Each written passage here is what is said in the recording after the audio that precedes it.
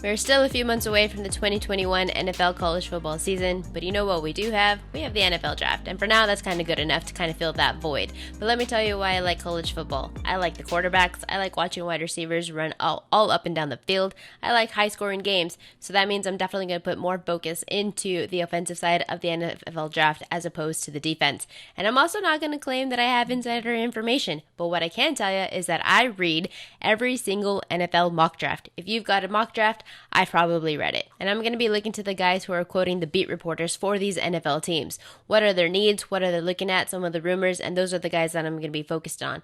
I do think that a lot of the value for these props has kind of already come off, but I do think that there are still a couple of options up on the board that are still worth a grab. And one of those options is going to be the total number of offensive players drafted in the first round. The over 18.5 at minus 130 is what I am looking at, and I do like this number a lot better when it was 18, but I still definitely think we could see 20 selected in that first round.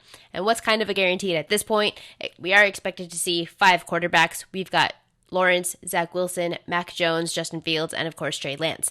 And then I definitely think we could see 7 offensive linemen, which is why I gave the over 6.5 on offensive tackles last week. And those players are Penei Sewell, Rashawn Slater, Christian Darrisaw, Tevin Jenkins, Sam Cosmi, Landon Dickerson, and Alex Leatherwood, all going to teams that need help defending their quarterback. And some of those teams where they could potentially land are going to be the Dolphins, the Panthers, the Broncos, the Raiders, the Colts, the Steelers, and the Chiefs. And every team at the bottom of the first round could all use offensive line help. So if they don't end up with one team, then the possibility is definitely there where they can land with another team. And what did we see last year? We saw Joe Burrow go down. We saw the Chiefs potentially lose the Super Bowl over having an inefficient and or restructuring offensive line. So I definitely like this number to go over 6.5. You also have the tight end in Kyle Pitts. That makes it number 13. And there are so many wide receivers. How does this number just not hit 20 is what I'm thinking. There's so much depth at the wide receiver position. You have Jamar Chase, Devontae Smith, Jalen Waddle, Elijah Moore, Rashad Bateman, Terrace Marshall, and Randall Moore.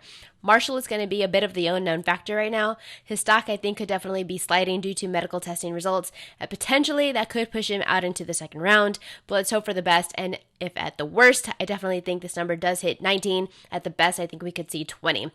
Is it crazy to think that we could see 20 players drafted in the first round all be on the offense? I definitely don't think so, and the reason for that is because we have seen the league shift more to a passing game and the understanding of protecting your quarterback. And you have to also think that the last wide receiver could potentially go to the Bucs. They have so many players, I know. But Bruce Arians has also drafted 7 wide receivers, and it could all start with the Bengals taking Jamar Chase.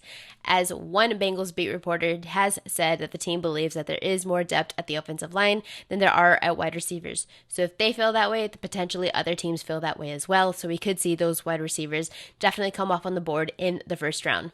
So I'm looking at the over 18.5 on total offensive players drafted in the first round, which also leads me to also like the total wide receivers drafted in the first round. I definitely think we could see 6 or 7. The over right now is 4.5 at a minus 400 juice. This line, though, did jump a lot. It went from 200 to 250, and now it's definitely at 400. That's too much to consider, but keep an eye out on it, because if this line does move to 5, then I do think it is still worth a grab. I do think that we do comfortably see 5 taken off the board. I do think that finding plus money options are a little tough in this NFL draft, but there is one that I'm kind of crossing my fingers and hoping for the best, and that's going to be the number of running backs drafted in the first round. I'm going to go under half at plus 170. So if just one running back is selected, that number is at minus 250. This line hasn't moved in either direction, so I'm kind of thinking that that could be a good sign. Apparently, the Steelers do want a running back at number 24, but they lost their center of 11 seasons. And now you have Big Ben, who's 39 years old. He's not very mobile. The smart thing to do would be to draft an offensive lineman, not a running back. But of course, we know that NFL teams, general managers, they don't always do the smart thing.